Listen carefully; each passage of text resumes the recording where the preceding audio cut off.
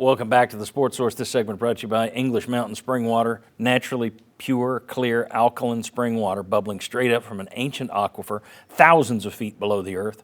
Water with no aftertaste, water that's collected via pipes before it ever reaches the earth's surface.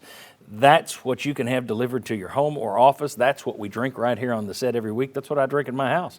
English Mountain Spring Water. Look them up and figure out how to get it to your house or home or office. EnglishMountainH2O.com.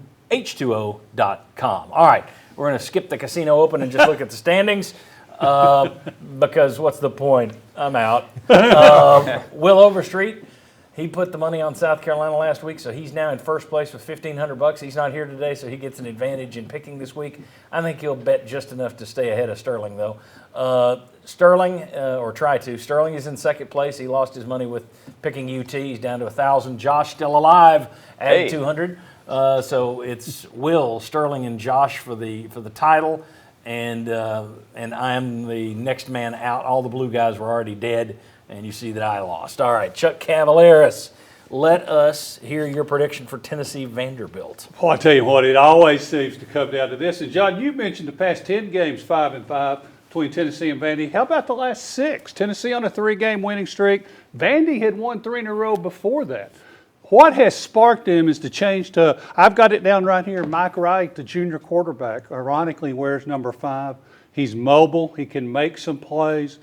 Jimmy mentioned the running back. He's had 5 100-yard games, including the last 3. Vanderbilt at home, 7:30 kickoff, SEC Network. Could be a little chilly.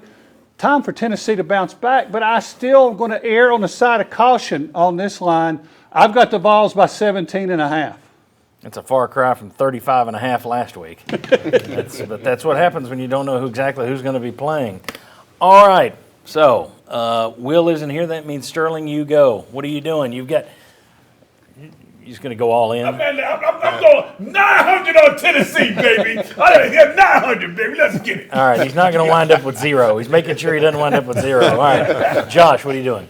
Well, taking Tennessee would make no sense, right, if he's going all in on Tennessee, so I'm all in on Vandy. Give me the points. All right, 600 on Vandy, and we'll see what Will decides to do. I'll reach out to him this week. Everybody else, let me get some quick picks here. Vols by 17.5. Jimmy, what would you do here? I'll take Vandy. Wow. Bob? Yeah, I would take Vandy too.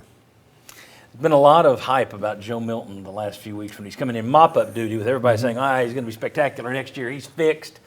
I want to see a full game from Joe Milton, so I would probably take Vandy. I did not like too. last night. Okay. Justin?